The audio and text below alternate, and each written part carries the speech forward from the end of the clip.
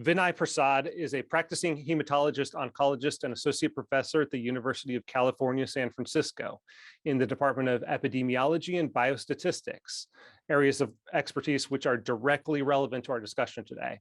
He's also the author of 2 books and host of Plenary Session podcast, and has been an outspoken critic of many aspects of the US public health response to COVID-19. Thank you for joining us today. Absolutely. And thanks for having me. As we're entering this new phase of the pandemic, the CDC dropping its universal indoor masking guidance at the end of February, we're beginning to finally, at least some of us hope, look at this in the rear view. And I want to start with the big picture of what we see there, and then move into more specific areas like lockdowns, masks, and vaccines. But I want to set the stage for our audience as to why I think you are a good person to speak about this, because the past 2 years have just shaken a lot of people's trust in government, public health, the medical system, some even in science itself. And you're someone who has medical expertise in the clinic, a background in epidemiology, but you also study the ways that medical evidence itself is collected and evaluated, what constitutes good evidence. So could you just talk a little bit about that background and that area of study and how it shaped your view of what we just saw unfold in the world as the pandemic spread across the globe? I think I'd say that there are 2 hats that I wear that kind of informs my perspective on this topic.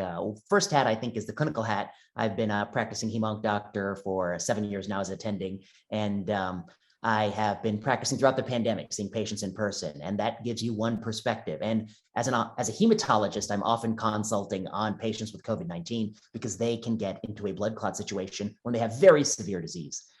The other thing I bring to the table is a background in epidemiology and biostatistics, where I have been studying the quality of medical research for some time now, maybe 15 years. And I'm interested in why we think we know what we do, why we act the way we do, the evidence that supports that. And along the way with COVID-19, I think we have to admit that there is a lot of uncertainty. Anytime you face a crisis that you've never faced before, there'll be massive uncertainty. We probably could have done a better job to reduce that uncertainty with better studies along the way. In many cases, we didn't. And then what I think is most problematic is that we were a bit dishonest about the uncertainty. We oversold things. We made it seem as if we had more confidence than we really did. And that's been, I think, the place that I have been most critical of the pandemic response, is the communication around the certainty of the evidence when it is, in fact, a lot more uncertain. How should public health professionals communicate that kind of uncertainty? Because it's admittedly a kind of tricky problem. Their idea, I think, is that we're trying to just get the most amount of people to understand what is going on. And sometimes that's going to require boiling things down to something very simple, like get a vaccine, wear a mask, and not complicate it with, well, we're not exactly sure how well masks work, and this type of mask might not work, but we think overall that masks might help. Like, that kind of muddles the message from their perspective. So what do you think would be a better way for public health officials to communicate uncertainty?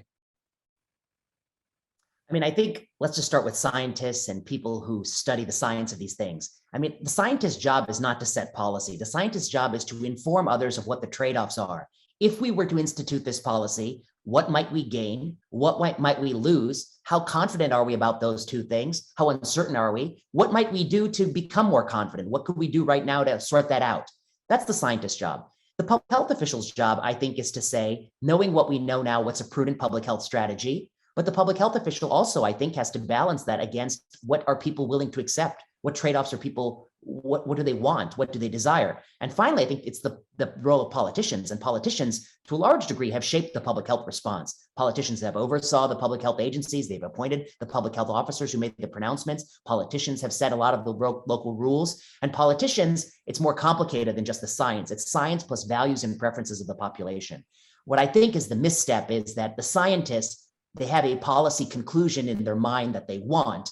And so they overstate the certainty of the science so they can get their desired policy conclusion. But that is a scientist usurping, I think, the political role, the usurping, I think, the values and preferences of society, and they replace it with their own values and preferences, which they are completely entitled to have as one citizen among many, but not that their values and preferences should dominate. I think that's the problem. And people might have differing evaluations of how different aspects of the government responded to this. But I think what most of us could probably agree on is that the field of public health as a whole has taken a hit in terms of trust in institutions. There was a recent poll that found about half of Americans have a great deal of trust in CDC. And it just goes downhill from there when you start looking at NIH, FDA, local health departments. So, as someone who's become quite a strident critic of some aspects of the public health establishment, was there a moment that you first remember in this journey where you realized something was going awry and something was amiss in the overall response to the pandemic?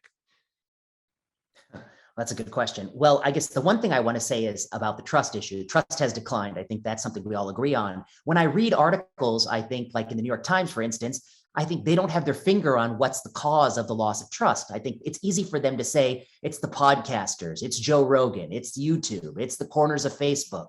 They're not willing to accept the fact that public health and the institutions of public health made some mistakes along the way. And those mistakes, I think, have legitimately led to a loss of trust. I think if you want to rehash the whole pandemic, there are so many things we could start to talk about. I think we could talk about the first question is in December and January, was there an opportunity to have done more when the virus was thought to be spreading in China? Could we have done something very proactive to curtail the spread? Fast forward to March. I think by March, the horse had left the barn. The horse had escaped. And the question was, what can we do to buy us time until vaccine development in a way that also sustains some livelihood, schools, some things? What can we do to balance that? And I think we can relitigate all the decisions that were made in March. And we'll talk about lockdown, I think. Then when you get into the vaccine development, I think that was a tremendous success that they were able to develop it so quickly. We could talk a little bit about this letter that people wrote asking the FDA to, wait for more safety data, or essentially to push the vaccine approval a few weeks out after the election. That was a letter that many people signed that I'm not sure had a strong scientific rationale, but I think it had a loaded political rationale, but it might have cost people in terms of lives. And then I think there's a whole series of errors after vaccination that we could talk about. And those are the errors I think that people think about most prominently. Errors like, how should we deploy the vaccine? 1 dose to everyone and give dose 2 later? Or should we give everyone 2 doses at the schedule that was arbitrary? And I think they probably made the wrong decision in the United States. The UK, of course, gave 1 dose to more people and then gave the 2nd dose later, which actually led to, I think, better immunity. Other questions like, how do we treat natural immunity? People who had COVID and recovered. Do we treat them as if they had nothing at all? Or do we actually give them some credit for that? I think we made the wrong call there. How we dealt with vaccine safety events, that vaccine-induced thrombocytopenia, thrombosis of J&J, myocarditis. I think we could have done a better job there. And then I think along the way, how we handled masking young children. These are places we probably could have done a better job, and I think we'll talk about.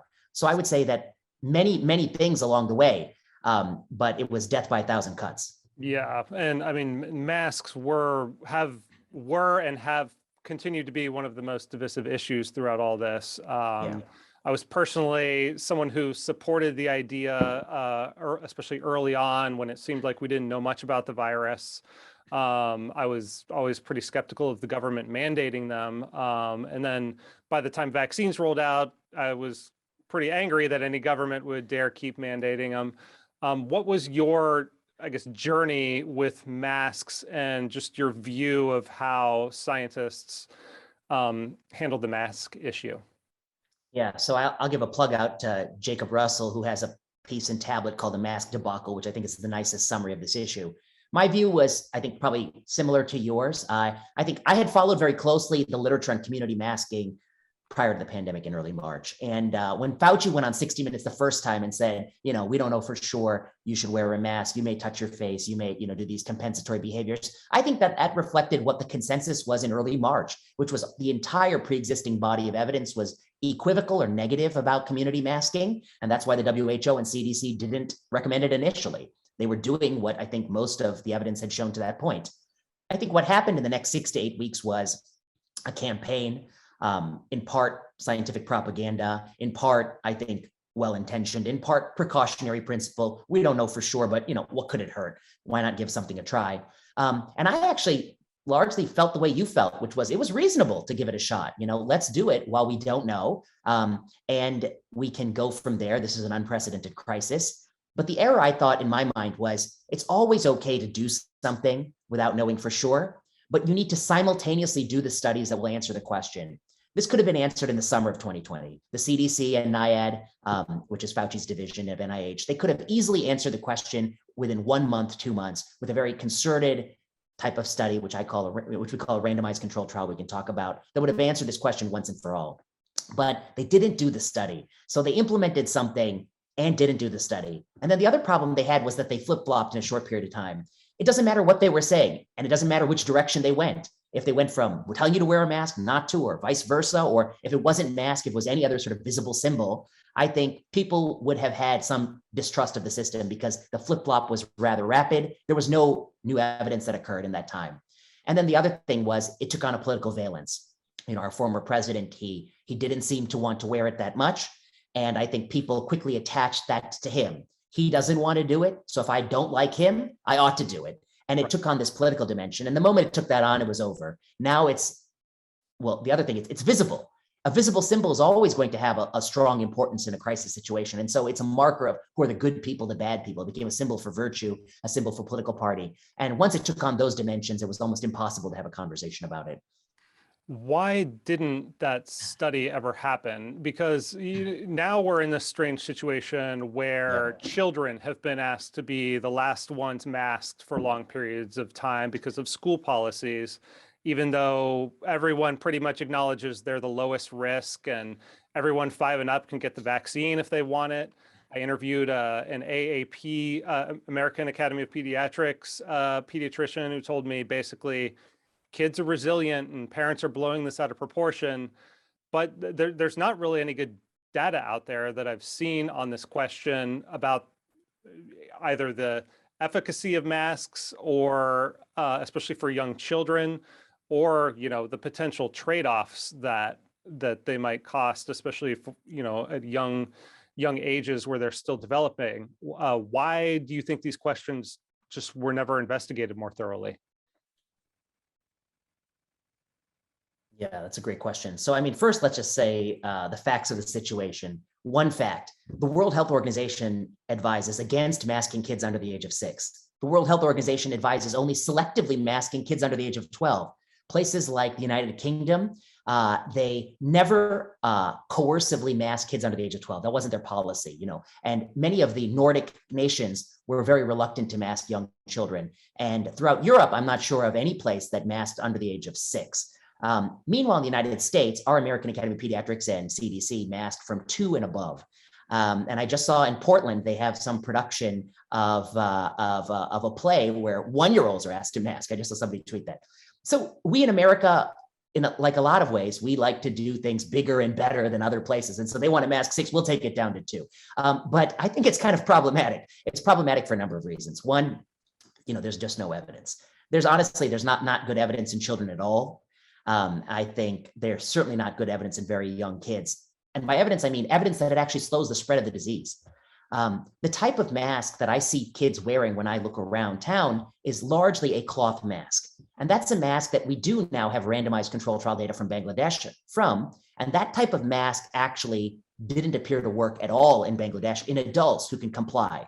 So now you're asking me, do I really believe a child as young as 2 wearing a mask that didn't work in adults in a controlled study in Bangladesh where people are motivated, does it actually do something? And the next thing I have is, as a question here, is the utter inability to consider there may be some downside. There is definitely a downside to wearing a mask. And proof of that is if you no longer require it, a lot of people take it off. They don't want to wear it. And the other proof of it is you don't wear it when you sleep. If there was really zero downside, you would wear it when you sleep. What does it matter? But you don't wear it because at a minimum, it causes some inconvenience. In addition to that, it causes the subjective feeling of shortness of breath. People can argue about gas exchange, and I certainly don't think it impedes gas exchange. That would be too much. But, I carried a box up a few flights of stairs in the hospital. I had to wear the mask It was a lot harder to do than if I didn't have to wear the mask. I think we will all acknowledge running with the mask on is harder. It has a subjective dyspnea component to it, shortness of breath. Kids in California have to wear it in some school districts to this day, outdoors at recess, Oakland schools. They just announced they're sticking with outdoor masking of kids. That's another absurdity. We know this virus does not spread outdoors, yet we've asked kids in California, a number of districts, to wear the mask outside.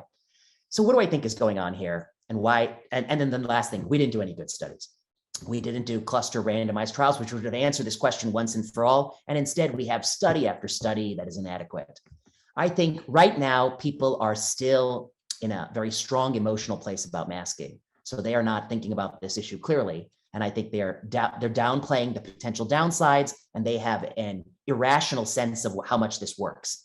I think with some time, people will see, and this will become to be remembered as one of the most irrational parts of the pandemic, that we subjected very young children to wear a mask that probably has very little to no benefit. I think we probably think that's the case. They're at the lowest risk. 80-year-olds at the State of the Union aren't wearing a mask, and you're telling me, a 4-year-old has to in a playground in San Francisco. I mean, I think that's a bit bizarre. So I think it's a lamentable part of the pandemic, and it's representative of all the ways in which children were failed, I think, by our policies. Let's talk about lockdowns for a minute, because this is a policy, lockdowns or stay-at-home orders, non-essential business closures. It's something that I think a lot of people might think this is in our past. We're never going back to that.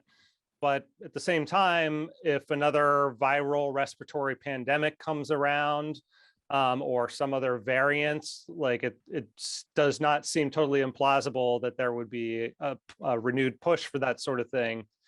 Yet the issue, so I mean, it's very important to analyze, did this work? Was it worth it? What is your, bird's eye view of the lockdown issue, and what the science and epidemiology is saying about that? Yeah, I mean, I think it's going to be a very, very tough issue to unpack, because lockdown, a Wuhan style lockdown, is where they can weld your door shut. And what we had in the United States was nothing that dramatic, but we did have business closures that led to the loss of a lot of businesses and all sorts of interventions. I think it will be a decade or more before people fully parse out when and under what circumstances did lockdowns help, and when under what circumstances they didn't do anything at all, and when they might have even hurt. And I'll give you some plausible ideas. One plausible idea. There are definitely places in this country that in March of 2020 locked down hard for 2 weeks, but then they completely lost the buy-in of the population, and they could never lock down again because it was politically so unpopular, it would never happen. And one such place was South Dakota, the Dakotas. And when the Dakotas were ultimately hit with their wave in September, October, November of that year, there was no political will to lock down. And so a lockdown at the wrong moment in time, which we saw throughout this country, early March, and maybe even most of the country, was the wrong moment to do it. It might actually have a backlash because you can't do anything in the peak of an epidemic wave. So that's one of the consequences. The other possibility is that, lockdowns and all these strategies to, quote, flatten the curve, I think they have a benefit prior to vaccination, because you are delaying the time until you get infected until after something that reduces your risk of a bad outcome a lot. But once you're vaccinated, and once a population is largely vaccinated, once you've made vaccines available to anyone who wants them, then I think you have a very tough question, which is, one, what good is it doing? What does it matter if somebody who's unvaccinated gets infected this month or 4 months from now or a year from now in terms of their outcome? It's largely maybe even be the same. And also, what's the purpose? What is the purpose of the policy? Initially, the purpose of the policy, it was sold to us, was we don't want everyone to go to the hospital all at once. That was the purpose of the policy. Later, I think the purpose of the policy was some people believe you can extinguish this virus forever if we were to sustain this, and many nations tried. But it appears at this point that every single nation that believed that has failed.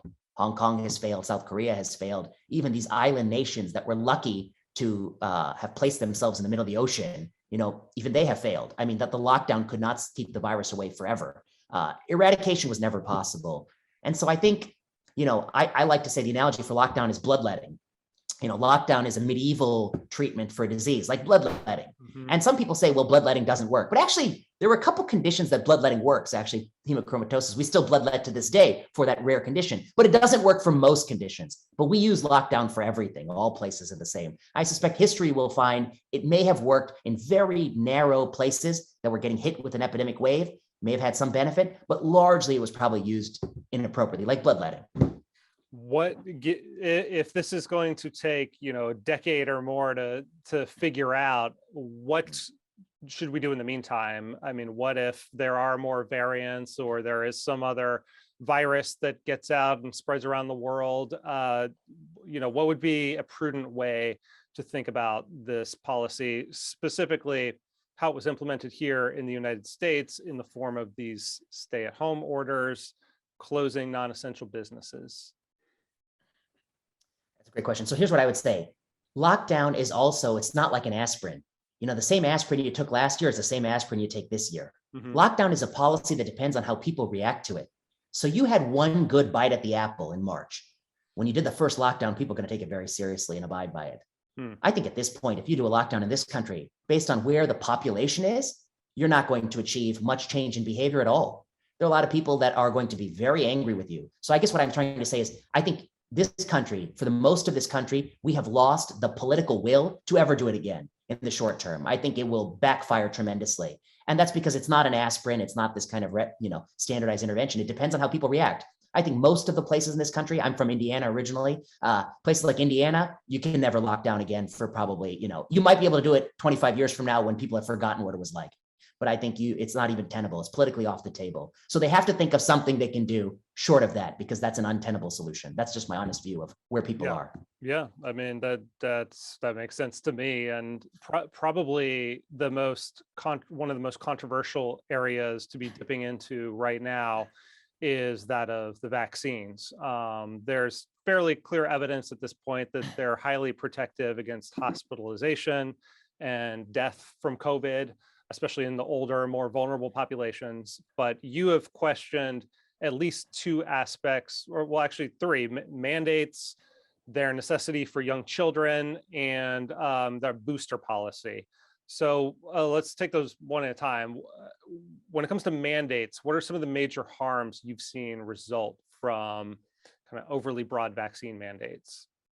Okay, that's a good question. So let me first start by my feelings on the vaccine issue in full. When vaccine was available to me initially, and I'm a healthcare worker, seeing patients in person, so it was available to me early, I ran there to get it. I rushed to get that dose because I am looking out for myself. No, I think it's incredibly protective. It had sort of a log-fold reduction in risk of bad outcomes in the vaccine trials. And I'm just shy of 40. So, I think it's protective even for somebody of my demographic, a healthy, just shy of 40-year-old. Mm-hmm. Okay, that's one thing. And I recommend, adult vaccination is an incredible good. In this country right now, the greatest failures are anybody who's older, who has not had COVID and recovered and is not vaccinated, that person needs to get vaccinated right away. Okay, having said that, mandates is a very complicated policy. If you mandate something, this is what I see. We have a trajectory of vaccination that's going up over time. And then they deployed all these mandates, these business mandates, federal government mandates, local business mandates, et cetera, to be vaccinated. And then they say that after we deployed the mandate, an additional 5 million people got vaccinated. But that's not all due to the mandate. That it was going up over time. And if you did nothing, it will keep going up over time because there's some people who finally come around to doing it. The question is, what is the incremental bump from getting the mandate versus no mandate in terms of vaccination rates? And who is getting the bump? And most of the mandates in this country targeted working people between the ages of 18 and 64. That's not really the group that was at the highest risk. We really needed to get 65 and up. We have no real lever to get those people. So we're targeting people slightly outside of that demographic. That's one thing. I do think we may have fractionally increased the fraction of people who have been vaccinated as a result of these mandates. That's just one potential upside. Those people have some protection. Downsides are that there's a fraction of people we pushed out of the workforce. We have fired, they feel marginalized.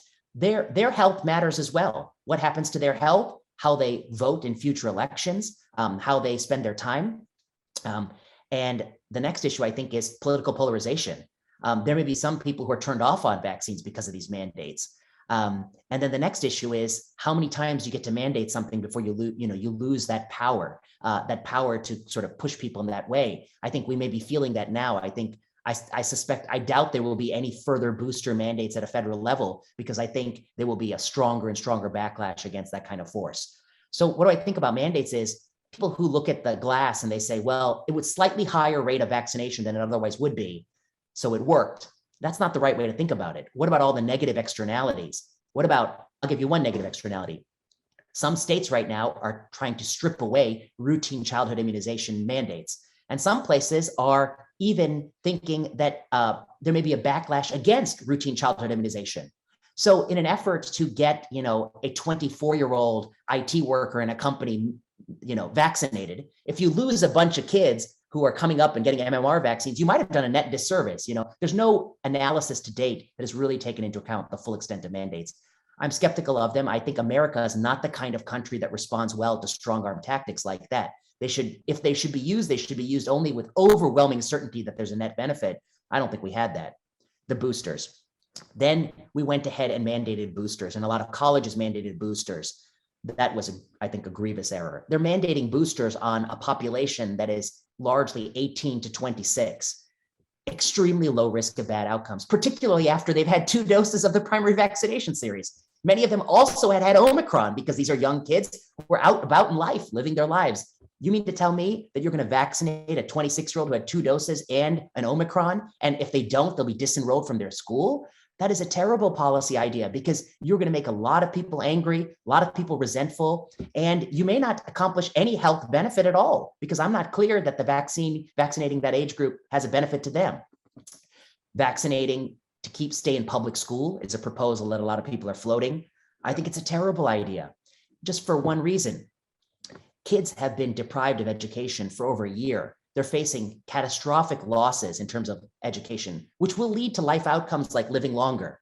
And if you put more barriers to getting those kids in school, you're going to further marginalize kids and push them out of school. The kids you're pushing out of school, ironically, are the kids that many of us profess to be most ardent champions for. They're minority children, racial minorities, socioeconomic minorities, because there's a huge vaccination gap by race and socioeconomic status. In California, I think 80% of Asian children are vaccinated over the age of 5, and that number is in the 40 percentage points for African American Hispanic kids. There's a racial divide here. And so I think a lot of people, I see them talk about structural racism. If you implement a vaccine mandate in California for 5 to 11 to go to public school, you will enact a structurally racist policy, because you will be pushing out disproportionately Black and Hispanic kids to Zoom school, which is not the same education. And so I think it's and the loss of that education is orders of magnitude bigger than the benefit of vaccination in that age group, which is much less, because it's so much lower risk.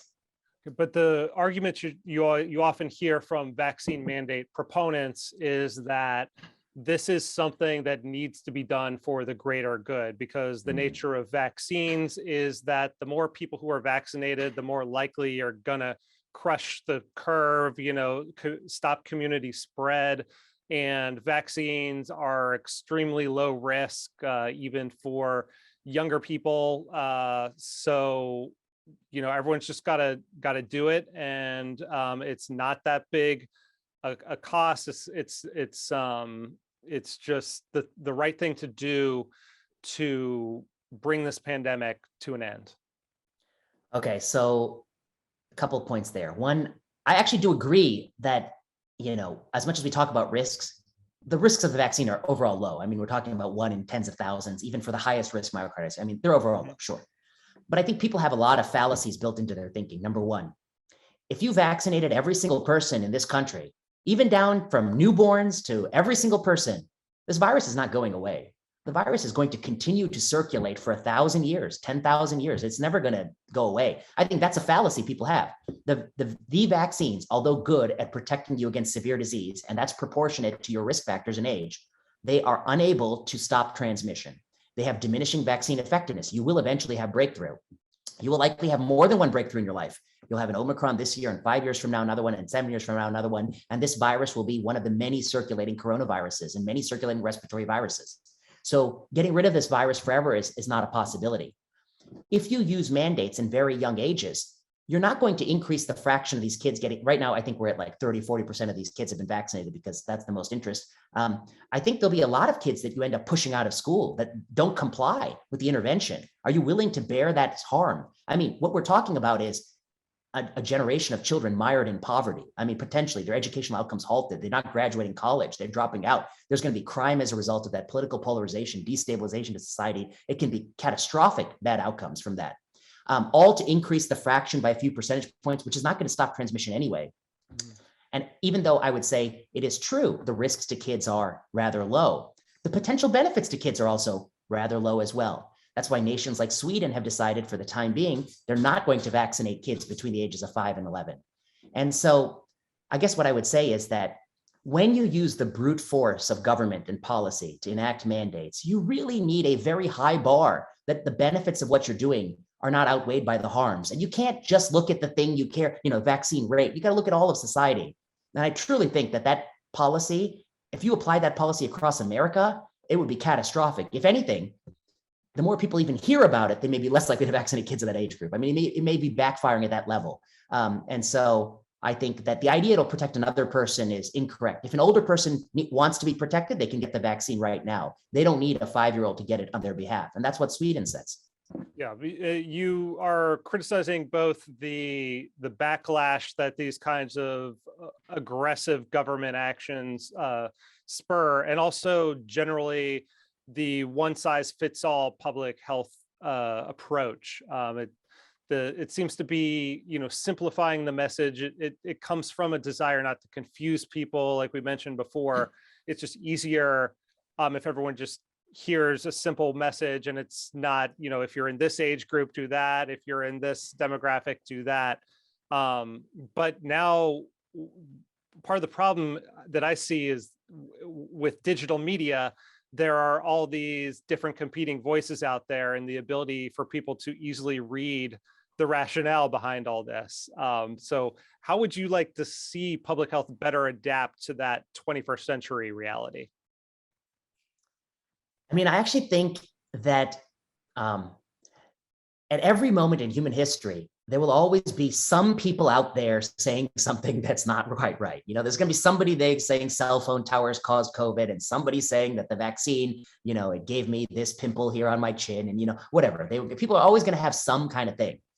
Public health can't be responsible for what every random person thinks. Public health should only be responsible for the things public health says.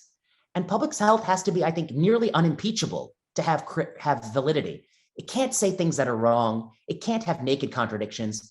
This basketball player, I use him as the example. See, this basketball player, the Brooklyn Nets player, he's allowed to stand right there on the side of the court, but he's not allowed to play. Kyrie Irving.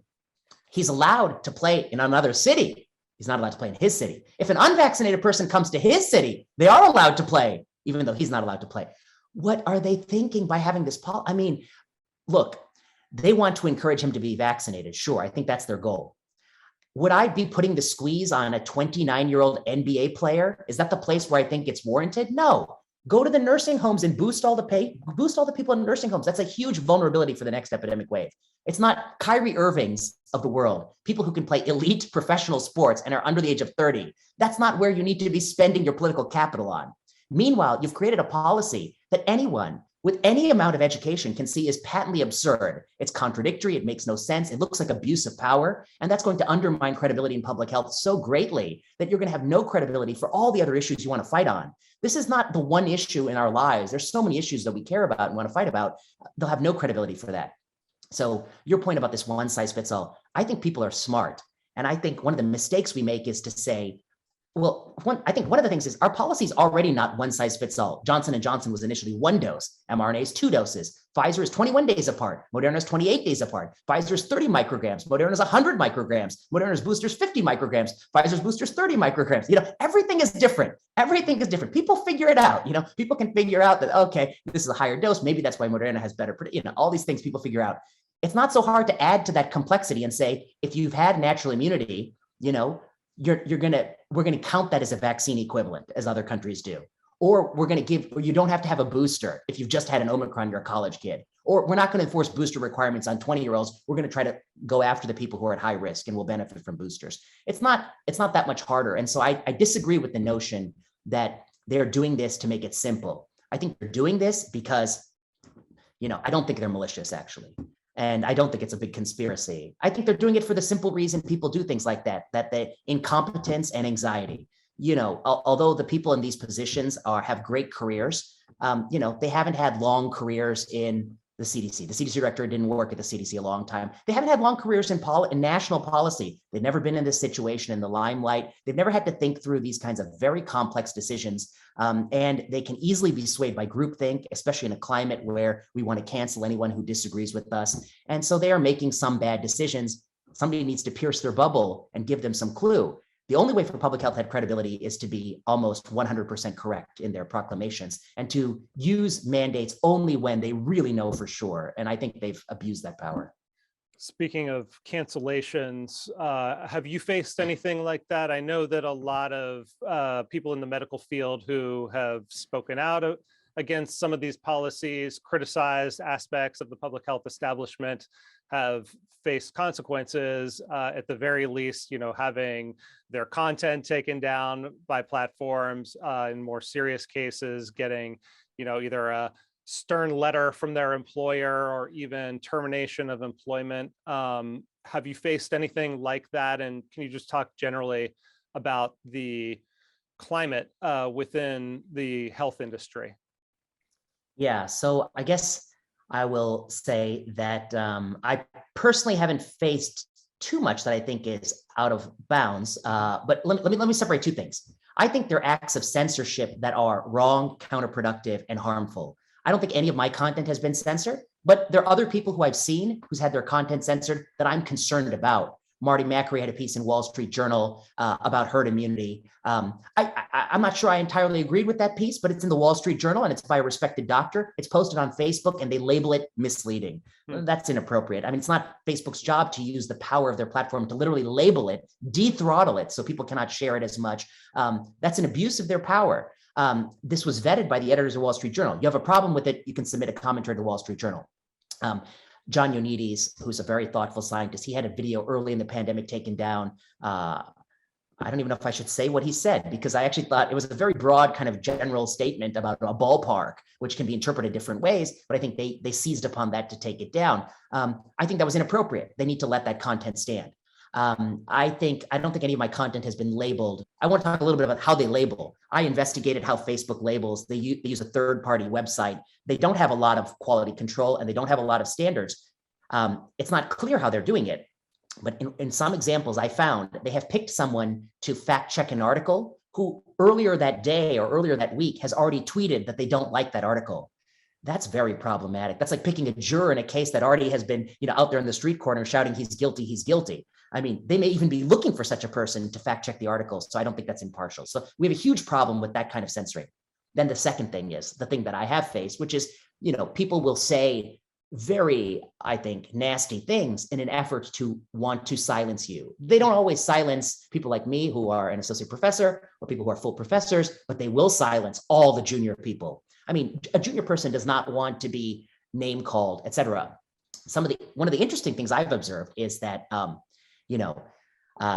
there are lots of myths about vaccines that can be propagated on Facebook, et cetera. And many of those things are just totally absurd.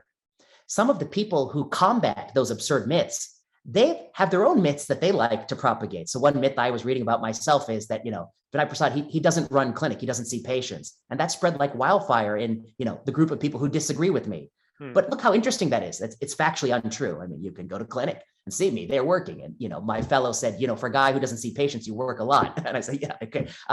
But how does it take off? It takes off because it fits their priors. And ironically, they're susceptible to a different type of misinformation that they like.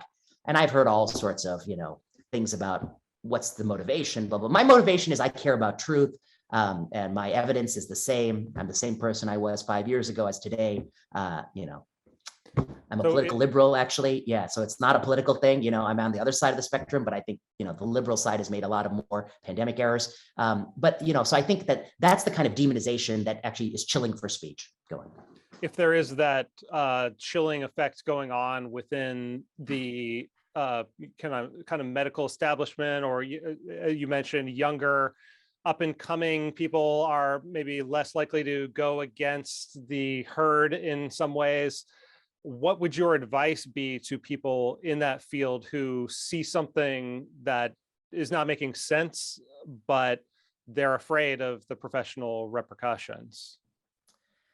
I mean, it's a tough question. And I think this is something that the people who talked about cancel culture being problematic across all domains of life, I think are really onto something. It is a culture.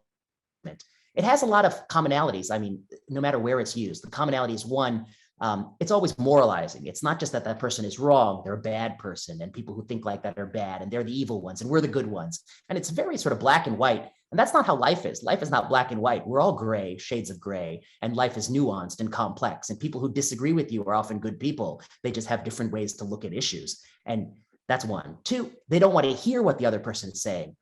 They always say the same things. I'm going to screenshot it. I'm not going to link to it. I'm not going to give him the traffic. I'm not going to encourage you to read it. I'm going to tell you what he said. But that takes away the reader's ability to decide what's truth or fiction. And then the third tactic is anyone who likes it or promotes it or is friends with that person, they try to ostracize and cut contact. I think it's an extremely caustic force. It's caustic in the political space, it's caustic in foreign policy, and it's caustic in biomedicine. I'm 100% sure that the majority of scientists who could have commented on COVID-19 have self-censored. The people you're hearing is a very, very tiny fraction of all the people that are actually doing science. We have no idea what the average scientist thinks about masking 2-year-olds or vaccinating 5-year-old mandates. They're very quiet, and they are quiet because they have almost no professional upside to speak out on the issue, only professional downside. They're fearful of this kind of culture. It's extremely bad. And I'm not sure if any one person can solve it. I don't know what the solution is. Go on. Yeah, no, it strikes me as very, very concerning if that's the case, that especially in the realm of science and health, that there would be that reluctance to speak unpopular truths. I mean, is there any, do you see any rays of hope or reason to think that it will change in the near term, or, have any ideas for strategies to change that? Zach, I mean, you said unpopular truths, but I actually think in many cases, the majority of people may not hold what we think of as the canonical truth. I mean, we have to be honest. Most of what we hear from, when I read the New York Times, and it's like, 7% of epidemiologists let the mail sit on the table for 5 days before they open it. I said, 7? I don't know, 7% letting it sit on the table. What are they worried about? What are they worried about? Junk mail? Or they're not worried about COVID, because that makes no sense. That cannot be representative, because that's not representative doctors I know and people I trained with.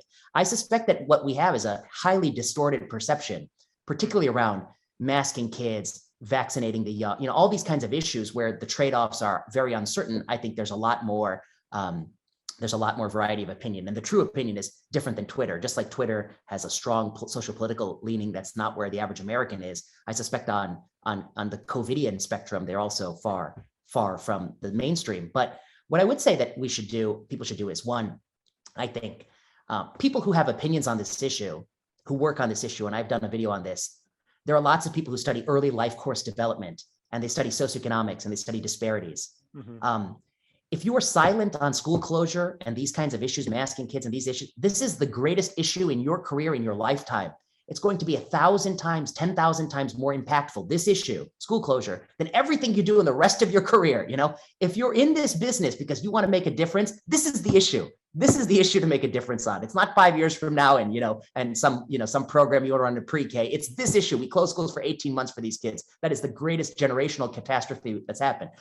Speak out now.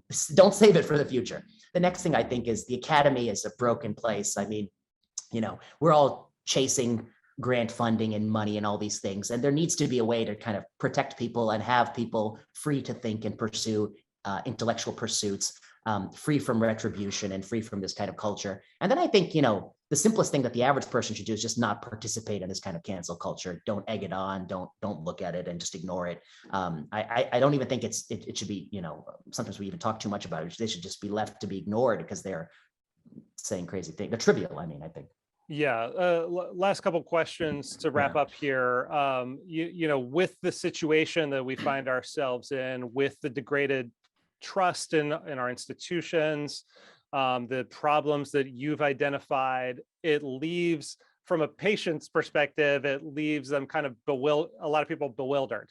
Like, how do you figure this stuff out and protect your own health and those around you?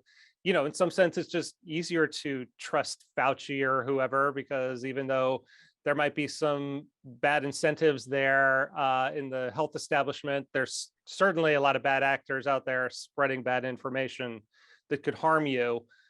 Do you have any pointers for people, just, the layperson trying to figure out how best to protect themselves in this environment? I mean, I do think, and this is my bias as a clinician, is that, you really need to find a doctor you trust and you can sit 3 feet away from in an office and have a conversation with, without anyone judging you for that conversation. And that they should be responding to you in a way that makes you feel like they get where you're coming from. And those are where good decisions are made, I think, from that place, that kind of personal place. I do think that, some of these people like Fauci and others, they've said one too many things that are problematic to truly have the public's trust. And, Fauci said 2 things about masks 6 weeks apart. One of those 2 things was a lie, and he knew it was a lie when he told it. We need to find someone else. I mean, he doesn't have to be, he's not the only person in the world. He's an 81-year-old guy who's been the head of this agency for 40 years. It could be someone else.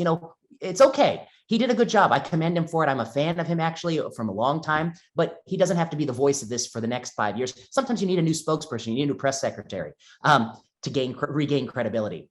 I think we talked a lot about COVID policy. If I were to say what I think summarizes COVID policy, 2 things that were the core errors. One, we did too much to young people, we harmed them, and we did too little for old people who are vulnerable.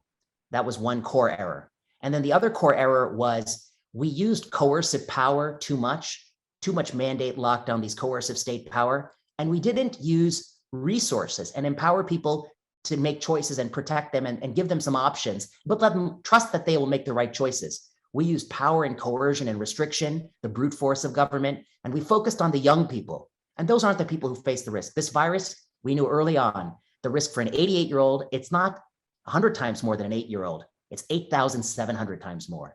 The risk gradient was so steep.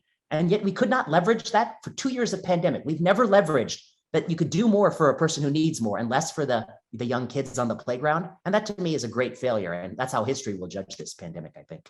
And then lastly, as we said at the beginning, there does seem to be a shift underway, both with the loosening up at the CDC and just the general attention shift away from COVID as the prospect of, a global war hangs over our heads.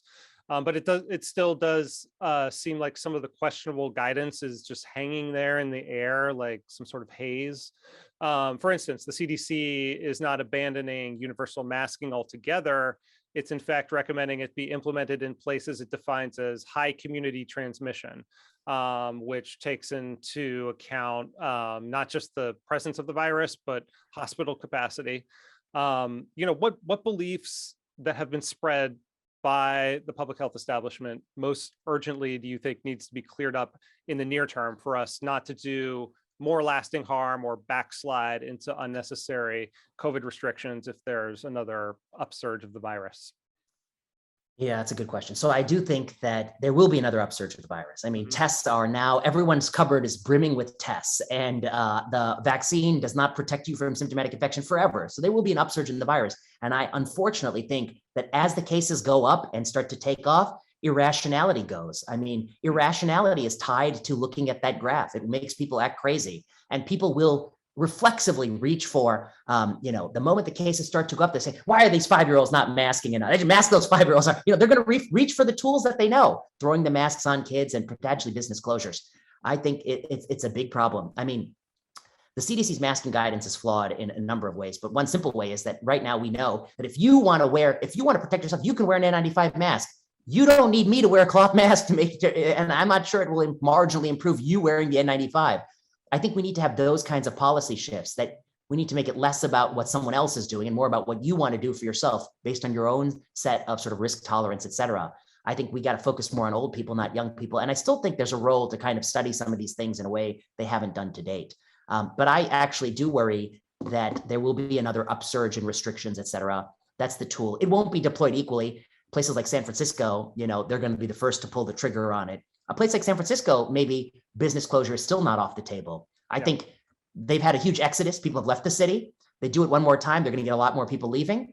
But those are the places that are going to do it. Somehow these restrictions have become tied to politics, and that's problematic as well.